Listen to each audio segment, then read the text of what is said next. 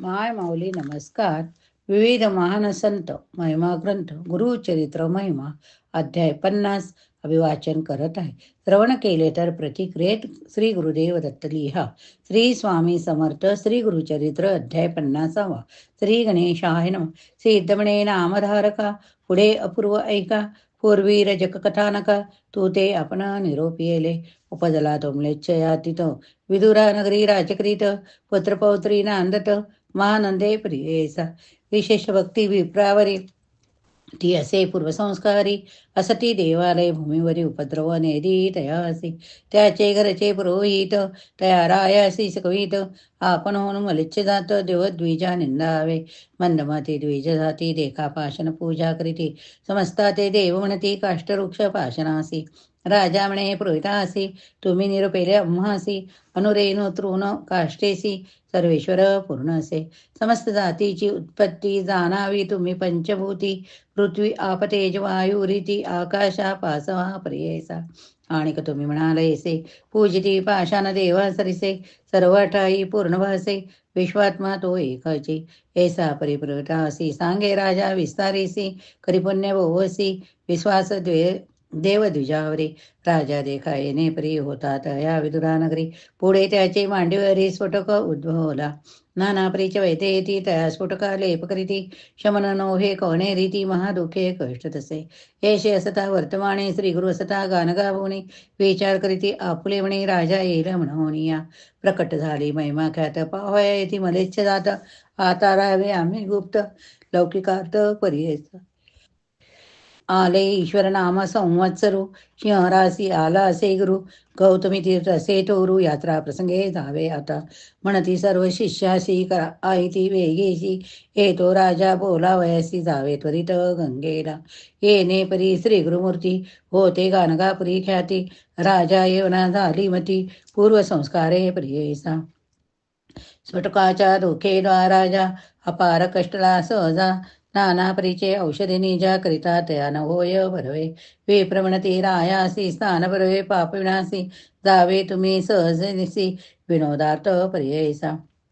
ऐकोनिया विप्रवचन संतोषला राजा आपण निघाला त्वरित तेथून पाप विनासी तीर्थासी. समजता ते राहूने ऐकला गेला तया स्थानी स्नानकरिता तत्क्षणी आला एक येथे तेथे. राजा म्हणणे तयासी नमन केले भावेसी दावी तसे स्फोटकासी म्हणे उपशमन केवी होय. ऐकोणी तयाचे वचन सांगता झाला तो विस्तारून महानुभवाचे होता दर्शन तुझ बरवे होईल. असे अवंती नगरी होता एक दुराचारी जन्मोनिया विप्रौदरी अनन्य राहटस तसे. आपण असे मदन्मत्त सकळ स्त्रियास्तवे रमत संध्या स्नान केले त्यक्त अन्य मार्गे राहटसे. ऐसे असता वर्तमान ब्राह्मण होता वेश असतने तेथे आला एक मुने ऋषभ नामा महायोगी. तया देखोनी दोघे जण करीती साष्टांगे नमन भक्तिभावे करुणा घेऊन आधी मंदिरात. बैसो घालती पीठ बरे पूजा करीती षोडोपचारे अर्धपाते देऊनी दिपुडारे गंधाक्षदा लाविती. करवणिया भोजन केले हस्त प्रक्षालन बरवा पलंग आणून देती तया योग्यासी. तयावरी केले शयन तांबळ देती आणून करीती पादसेवन भक्तिभावे दोघे जण. उदय झाला दिनकरासी संतोषला तो तापसे निरोप घेऊन संतोषी गेला आपल्या स्थानासे. पुढे तया विप्रासे मरणाले पर्येसी पिंगळा नाम वेशेसी दोघे तत्वत्व पावले. पूर्वकर्मानुबंधेसी जन्म झाला राजवंशी दशार्ण वयाधिपतीच्या कुशी वज्रबाहूचे उदरात.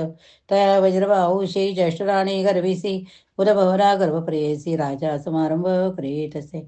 देखुनिया तिचे सवतीसी क्रोध आला बहुसी गर्भ झाला सपत्नीशी म्हणून धरिला द्वेष म्हणे. सर्पगरळ आणोनी दिले सवतीस नाना यत्ने गरळ भेदिले अति गहने तया राया ज्येष्ठ श्रेयसी. ऐसा परी राजपत्नी झाली प्रसूत बहुकष्टीने उपजता बाळा ते तणी सर्वांगी व्रण माता सुदासी. विष व्यापले सर्वांगासी म्हणून आक्रंत दंती दिवानीशी दुःख करी राजा क्लेशी म्हणे काय करू आता. देशोदेशीच्या वैद्यासी बोलावी ते चिकित्सेसी वेचिती द्रव्य पारेसी काही केल्या द्रव्य बरवे. राजा येऊनी एके दिवशी पाहे आपली श्री सुतासी देखून या महाक्लेशी दुःख करी प्रियेसा. आता यासी पाहयासी कंटाळा येतो आम्हासी, बरवे नवे सत्यासी काय म्हणणे म्हणत असे. या ते देखता अम्मासी व्रणलागती देहासी, हे असती महादोषी याचे तेजो म्हणत असे. राजा म्हणे दूतासी माझे बोल प्रियसी, नेवणे आपले श्रीपुत्रासी अरण्यात टाकावे. येणे परिदुतासी राजा सांगे विस्तारेसी, रथ दीदला संजोगेसी, घेऊन निघाला झटकरी. रथावरी बैसुनिया घेऊन गेला महाराणे, जेथे नसे मनुष्य कोणी तेथे ठेवले प्रियेसा. माता सूत सोगे जण पीडता ती महावरणे, कष्ट ती अन्न दकावीन मारण्यावनात. एसी महारण्यात राजश्री असे हिंडत, पुढे जाता देखीला पंत गुरे चरती रानात. तयापासी जावणे पुसत असे करुणावचने, गोरक्षत कांते विनोनी मागे उदक कुमरकासे.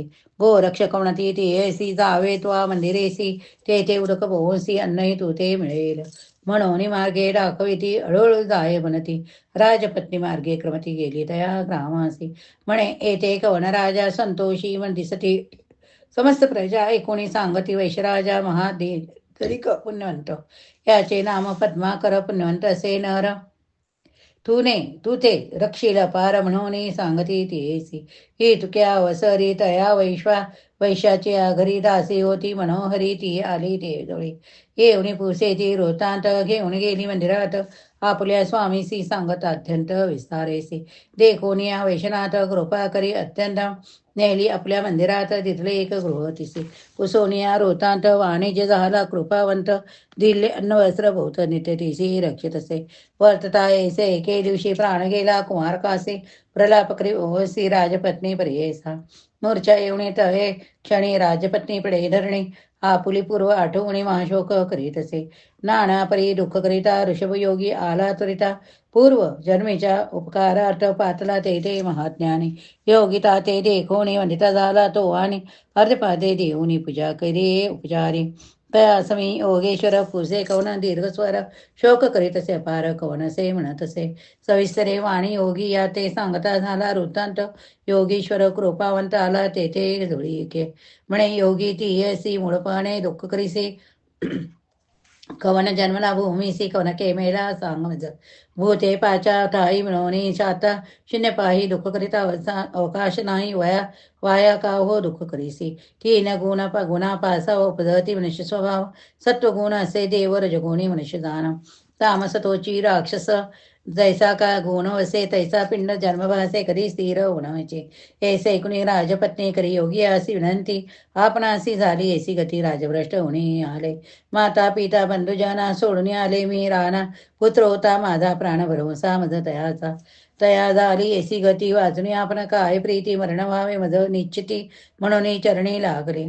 ऐसे निर्वाण देखोनी कृपा उपजे योग्या म्हणे, पूर्व उपकार स्मरुणी प्रसन्न झाला तये वेळी.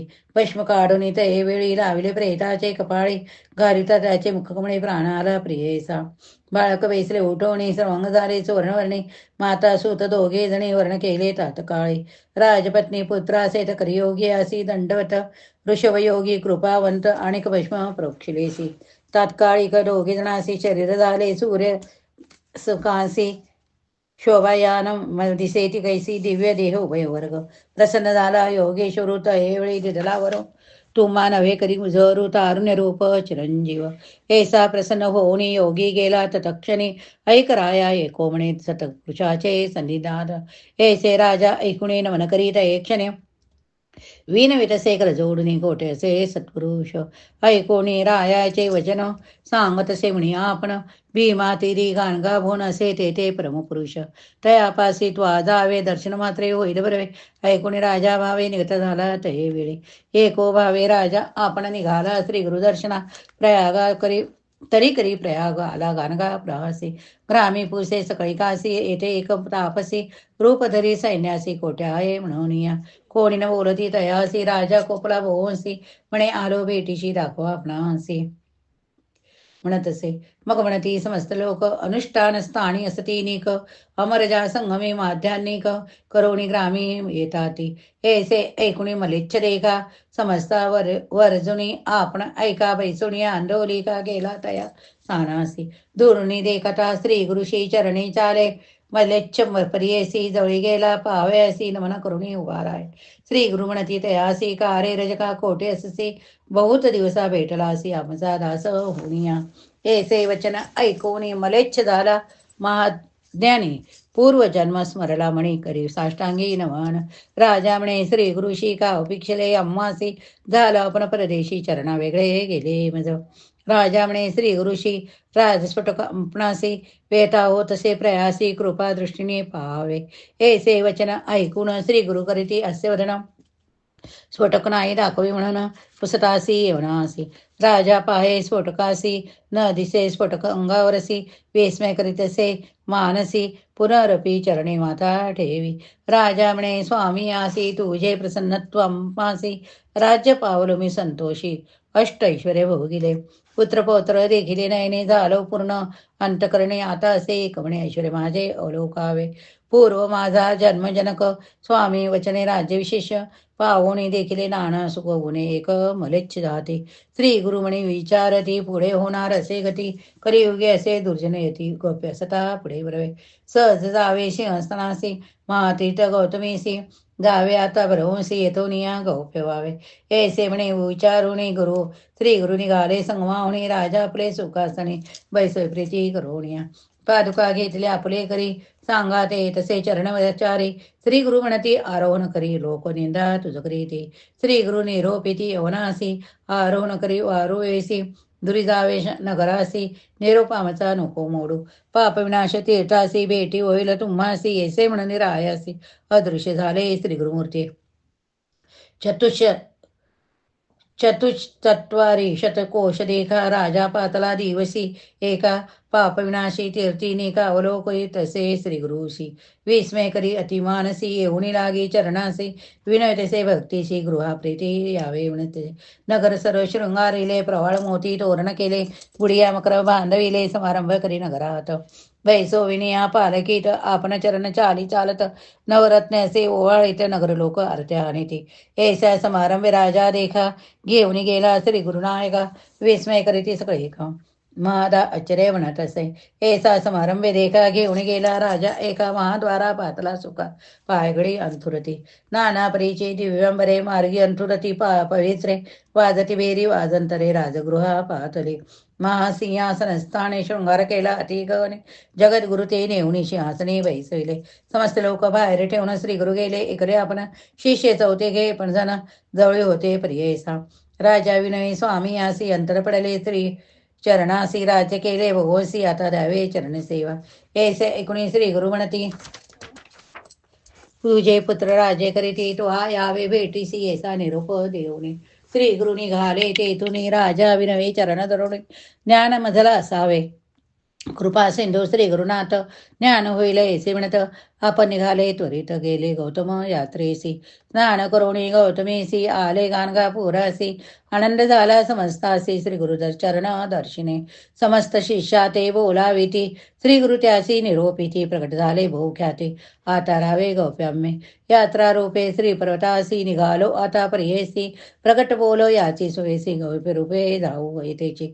सानामुचे गाणगापुर येथून नवचो निर्धार लौकिक मते अवधारा बोल करीतो श्रीशैल यात्रा. ऐसे म्हणून शिष्या ते सांगते झाले श्री गुरुनाथ सिद्ध सांगे नामधारका प्रत चरित्रेसे श्री गुरुचे. लौकिकार्थ दाखव्यासी निघाले आपण श्रीशैल्यासी कथा असे अतिविशेषी सिद्ध भवने नामधारका.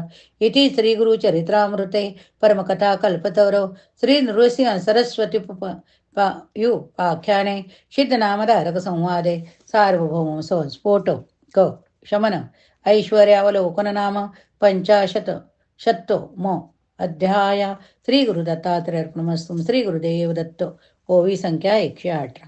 श्री स्वामी समर्थ. जय जय स्वामी समर्थ. श्री स्वामी समर्थ. जय जय स्वामी समर्थ. श्रवण केले तर प्रतिक्रिये श्री गुरुदेव दत्त लिहा.